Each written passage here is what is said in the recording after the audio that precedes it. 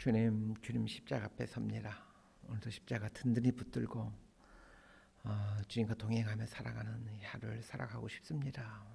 우리의 생각과 마음의 지향을 예수님께 두고 살아갈 수 있도록 도와주십시오.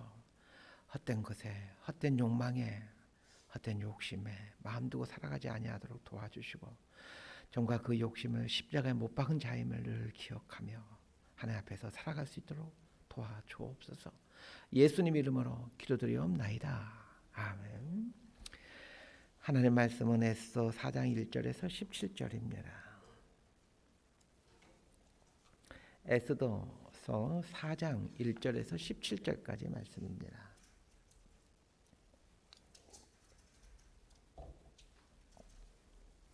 번갈아 가면서 읽습니다. 제가 먼저 읽겠습니다. 모르드게가 이 모든 일을 알고 자기의 옷을 찢고 굵은 베옷을 입고 죄를 뒤집어 쓰고 성중에 나가서 대성통곡하며 되걸문 앞까지 이르렀으니 굵은 베옷을 입은 자는 되걸문에 들어가지 못함이라. 왕의 명령과 조서가 각 지방에 이름에 유다인이 크게 애통하여 금식하며 울며 부르짖고 굵은 베옷을 입고 죄 누운 자가 무수하더라. 에스더의 시녀와 내시가 나와 전하니 왕후가 매우 근심하여 입을 의복을 모르드게에게 보내어 그 굵은 베옷을 벗기고자 하나 모르드게가 받지 아니하는지라. 에스더가 왕의 어명으로 자기에게 가까이 있는 내시 하닥을 불러 명령하여 모르드게에 가서 이것이 무슨 일이며 무엇 때문인가 알아보라 하매 하닥이 되걸문 앞 성 광중에 있는 모르드게에게 이르니 모르드게가 자기가 당한 모든 일과 하만이 유다인을 멸하려고 왕의 금고에 바치기로 한 은혜 정확한 액수를 하닥에게 말하고 또 유다인을 진멸하라고 수상궁에서 내린 조서 초본을 하닥에게 주어 에스더에게 보여하게 하고 또 그에게 부탁하여 왕에게 나아가서 그 앞에서 자기 민족을 위하여 간절히 구하라 하니 하닥이 돌아와 모르드게의 말을 에스더에게 알림해 에스더가 하닥에게 이르되 너는 모르드게에게 전하기를 왕의 신하들과 왕의 각 지방 백성이 다 알거니와 남녀를 막론하고 부름을 받지 아니하고 안뜰에 들어가서 왕에게 나가면 오직 죽이는 법이요 왕이 그 자에게 금규를 내밀어야 살 것이라. 이제 내가 부름을 입어 왕에게 나아가지 못한 지가 이미 30일이라 하라 하니라. 그가 에스더의 말을 모르드게에게 전하매 모르드게가 그를 시켜 에스더에게 회답하되 너는 왕궁에 있으니 모든 유다인 중에 홀로 목숨을 건지리라 생각하지 말라. 이때 내가 만일 잠잠하여 말이 없으면 유다인은 다른 데로 말미암아 노임과 구원을 얻으려니와 너와 내 아버지 집은 멸망하리라.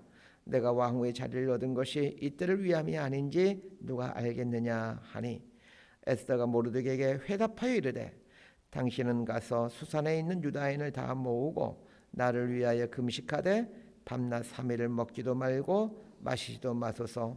나도 나의 시녀와 더불어 이렇게 금식한 후에 규례를 어기고 왕에게 나아가리니 죽으면 죽으리이다 하니라. 17절 함께 읽습니다. 모르드게가 가서 에스더가 명령한 대로 다 행하니라. 아멘.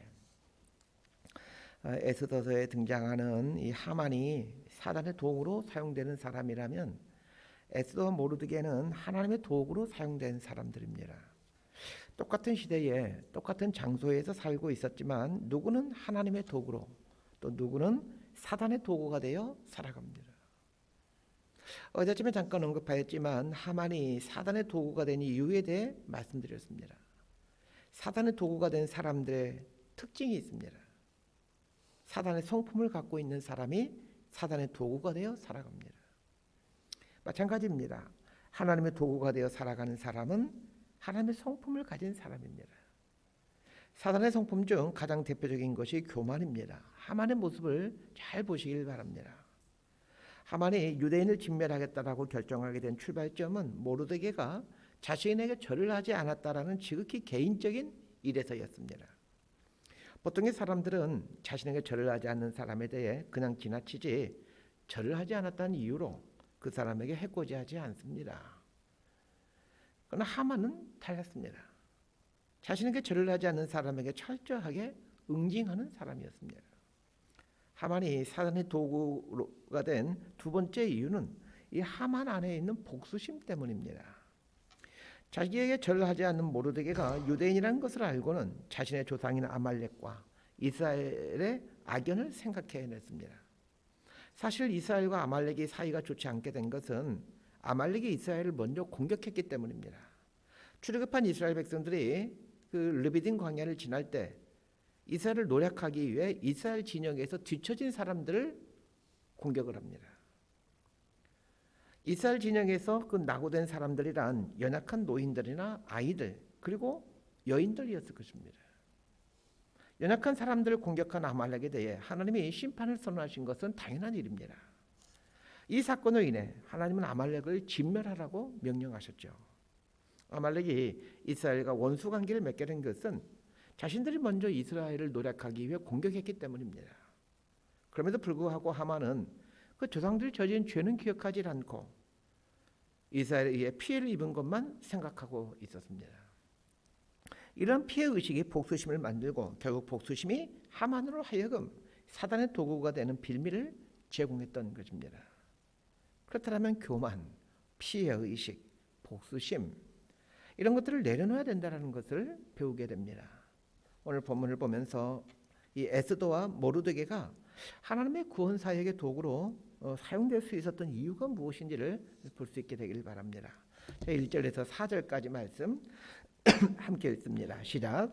모르드게가 이 모든 일을 알고 자기의 옷을 찢고 굵은 베옷을 입고 죄를 뒤집어 쓰고 성중에 나가서 대성통곡하며 되걸 문 앞까지 이르렀으니 굵은 베옷을 입은 자는 되걸 문에 들어가지 못함이라.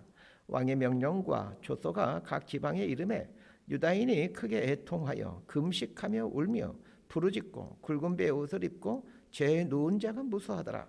에스의 시녀와 내시가 나와 전하니 왕후가 매우 근심하여 입을 의복을 모르드게에게 보내어 그 굵은 베옷을 벗기고자 하나 모르드게가 받지 아니하는지라. 하만이 아하스웨로 왕의 허락을 받아 12월 13일에 유대인을 진멸하라는 공문을 전국으로 보냈다라는 소식을 모르드게가 알게 됩니다. 이 하늘이 무너진 소식을 들은 모르드게가 하는 행동을 유심히 보시길 바랍니다. 유대인을 진멸하라는 공문이 발송되었다는 소식을 알게 된 모르드게가 가장 먼저 했던 일은 옷을 찢고 굵은 베옷을 입고 죄를 뒤집어 쓰는 일입니다. 이러한 행동은 유대인들이 극도의 슬픔을 표현하거나 회개할 때 하게 되는 어떤 습관입니다. 하나님께 애통하는 모습을 보임으로 자신의 슬픔을 하나님께 아뢰고 또 회개하고 마음을 낮춤으로 하나님의 긍휼을 구하는 행위가 옷을 찢고 베옷을 입고 죄를 뿌리는 행위입니다.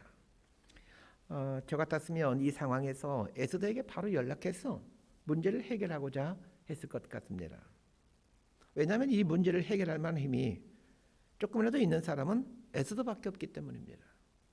그럼에도 모르드게는 에스더에게 이 사실을 알리지 않습니다. 옷을 찢고 베옷을 입음으로 하나님의 긍휼을 먼저 구해가고 있습니다. 우리도 일이 하였으면 합니다. 큰 일이 생겼을 때 가장 먼저 생각하는 것은 이 문제를 해결할 수 있는 힘이 있는 사람을 생각합니다. 그러나 모르드게는 문제를 해결할 수 있는 힘을 갖고 있는 에스더와 깊은 친분이 있는 가족이죠. 그런 친분이 있는 사람이지만 에스더에게 먼저 도움을 구하지 않습니다. 하나님께 나아가 하나님의 긍휼을 구합니다. 천지의 주관자이신 하나님께서 허락하신 일이기에 분명 하만이 유대인들 진멸하고자 하는 것에는 하나님의 깊은 생각과 섭리가 있을 것이라 판단했기 때문입니다. 모르드게는 직면한 문제 앞에서 옷을 찢고 베옷을 입으면서 하나님의 긍휼을 구했습니다. 그러면서 하나님께서 왜 이런 일을 허락하신 것일까 생각했습니다. 전 여러분들도 이런 습관이 생기기를 바랍니다. 모든 사건 앞에서 이 사건도 하나님의 섭리 안에서 일어난 일인데 하나님의 뜻이 무엇일까? 무슨 생각이 있으셔서 이렇게 하신 것일까? 이라는 것을 먼저 생각하는 습관을 가질 수 있게 되기를 바랍니다. 당황함으로 요동치지 말고 마음을 차분하게 하고 왜 하나님께서 이 일을 허락하셨는지를 깊이 생각해 볼 수 있기를 바랍니다. 모르드게를 통해서 배우는 첫 번째 교훈이 이것입니다. 모든 사건 앞에서 하나님께 먼저 나아가는 습관을 갖는 것입니다. 하나님 왜 이를 허락하신 것일까를 생각하는 이런 습관 꼭 기르시길 바랍니다. 이런 습관을 갖고 있는 사람을 하나님께서 당신의 도구로 사용해 가십니다. 하나님이 어떤 사람을 사용하신다고요? 모든 상황에서 하나님께 먼저 나아가는 습관을 가진 사람을 당신의 도구로 사용하십니다. 4절을 보면 에스더의 시녀와 내시가 모르드게의 상황을 알고는 에스더에게 보고합니다. 에스더서 2장 7절을 보면 모르드게가 에스더를 딸같이 양육하였더라라고 말하고 있습니다. 부모를 일찍 여인 에스더 입장에서는 모르드게가 부모나 마찬가지입니다. 그렇다면 모르드게 입장에서도 이런 큰 일이 생기면 가장 먼저 에스더에게 알려서 문제를 해결하는 게 맞지 않겠습니까? 그러나 모르드게는 에스더에게 알리지 않습니다. 도리어 에스더의 시녀와 내시가 모르드게의 상황을 알고 에스더에게 보고합니다. 모르드게가 에스더에게 상황을 알리지 않는 것은 에스더를 통해 하나님께서 일하시고자 한다면 어떤 경로를 통해서든지 에스더가 알게 될 것임을 모르드게는 믿었던 것입니다. 제가 교회를 개척하면서 건물을 얻어야 하는데 보증금이 3천만 원이었습니다. 수중에 한 700만 원 정도밖에는 없고 보증금이 3천만 원인데 막막하죠. 아는 사람들에게 연락을 해서 도와달라고 하면 3천만 원 정도는 도와줄 것 같았습니다. 제가 그 정도는 인간관계를 하고 지금까지 살아왔습니다. 사실 핸드폰에 저장되어 있는 전화번호를 몇 번이나 보긴 보았습니다. 그러나 하나님께서 교회를 세우고자 하신다면 하나님께서 하실 거다 생각하고 누구에게도 연락하지를 않았습니다. 저는 참 이상한 일이 일어났습니다. 사람들이 먼저 전화해서 요즘 어떻게 지내고 계시느냐 묻는 것입니다. 그래서 교회를 개척하려고 준비하고 있다라고 했더니 어떤 분은 100만 원, 어떤 분은 200만 원, 300만 원 이렇게 가지고 오셨습니다. 그래서 3천만 원 보증금 냈습니다.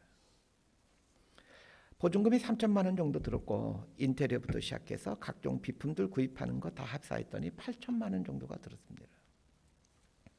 누구에게 도와달라는 말 한 번도 하지 않았는데 창립 예배 드리고 나니 모든 비용들 다 지불하고 400만 원 정도가 남았습니다. 2달치 임대료 낼 돈이었습니다. 당시 저희 임대료가 200만 원이었거든요. 2달 동안은 문 닫을 일 없겠구나 생각하고 목회했더니 지금까지 문 닫지 않고 이렇게 목회하고 있습니다. 문 닫기는커녕 이렇게 예배당까지 8년 전에는 지었습니다. 예배당 건축하면서도 성도들에게 건축원금에 대해서 한마디 광고도 하지 않았습니다. 건축원금 이야기도 하지 않았습니다. 건축을 한다고 하는데 건축원금에 대해 한마디 안 하니 아마 성도들 중에는 이거 진짜 건축하고 있나? 성전 건축 안 하고 있으면서 성전 건축하고 있다라고 남욱 사람이 거짓말하고 있는 건 아닌가? 아마 이렇게 생각하는 분도 있을 겁니다.